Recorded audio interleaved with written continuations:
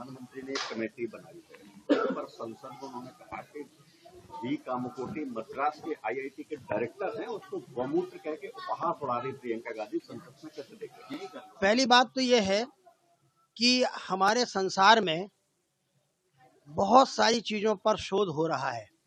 गोवंश पर, भारतीय मूल के नस्ल की गायों पर वैज्ञानिकों ने तरह तरह के न केवल भारतवर्ष में शोध किए हैं, बल्कि भारत के बाहर, भारत की भौगोलिक सीमाओं के बाहर जहां जहां भी गोवंश पाया जाता है, वो भारतीय मूल का हो अथवा विदेशी मूल का हो, संकर गोवंश हो या विशुद्ध गोवंश हो, उनके मूत्र पर भी शोध किया गया है, उनके गोबर पर भी शोध किया गया है, उनके जीवन पर भी शोध किया गया है, उनकी देह रचना पर भी शोध किया गया है। यहाँ तक कि देह के अंदर के जो छोटे छोटे इंटरनल पार्ट हैं, देह के अवयव हैं, उन पर भी दुनिया के कृषि और गो वैज्ञानिकों ने बहुत शोध किया है और पाया है कि गाय के गोबर में, खास तौर से भारतीय मूल की गाय, उसके गोबर में और उसके मूत्र में जो घटक पाए जाते हैं, गाय के मूत्र में 23 प्रकार के रासायनिक घटक पाए जाते हैं जो जीवनोपयोगी हैं, पृथ्वी के लिए भी उपयोगी हैं और मनुष्यों के लिए भी उपयोगी हैं।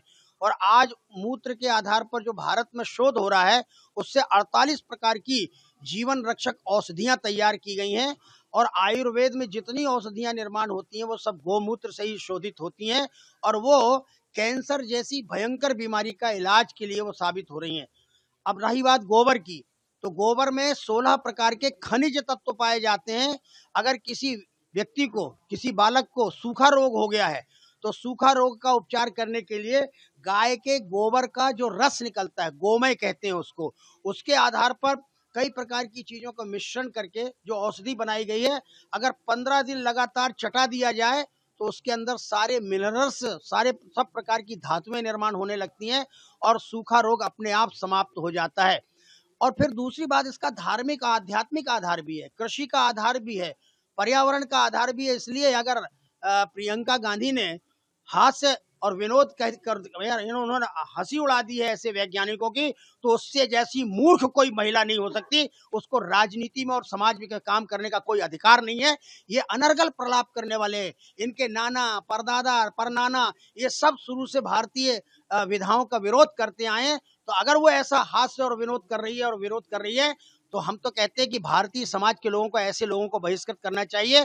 गावो विश्वस्य मात्रा वेदों में कहा गया है, वो क्या जाने, उनको ना वेद का ज्ञान है, ना शास्त्र का ज्ञान है, ना परंपरा का ज्ञान है, ना विश्वास का ज्ञान है, केवल केवल केवल अपने स्वार्थ का ज्ञान है। इसलिए वो इस प्रकार का अनर्गल प्रलाप कर रही हैं, उसकी आलोचना करते हैं, निंदा करते हैं। आपको लगता है आज गुरु पूर्णिमा है, उनके जीवन में शायद गुरु के अभाव है, तभी ऐसी बातें कर रही है? हाँ बिल्कुल बिल्कुल, ऐसे, अरे गुरु कोई है ही नहीं।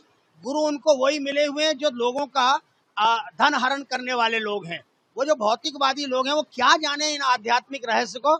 इसलिए आज गुरु पूर्णिमा के दिन मैं उसको कह रहा हूँ कि अगर शास्त्रार्थ करना है तो आ जाए हमारे पास, हम उसकी लैंग्वेज भी बोलना जानते हैं, जिस लैंग्वेज में हमसे शास्त्रार्थ करना चाहती है। क्या अनर्गल प्रलाप कर रहे हैं, ऐसे लोगों की बकवास करते हैं।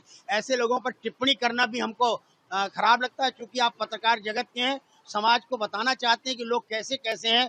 मजाक उड़ाना, हास्य परिहास करना, ये अच्छी बात नहीं। गंभीरता पूर्वक राजनीति में आना चाहिए। भाई बहन दोनों ही मूर्खाधिराज हैं।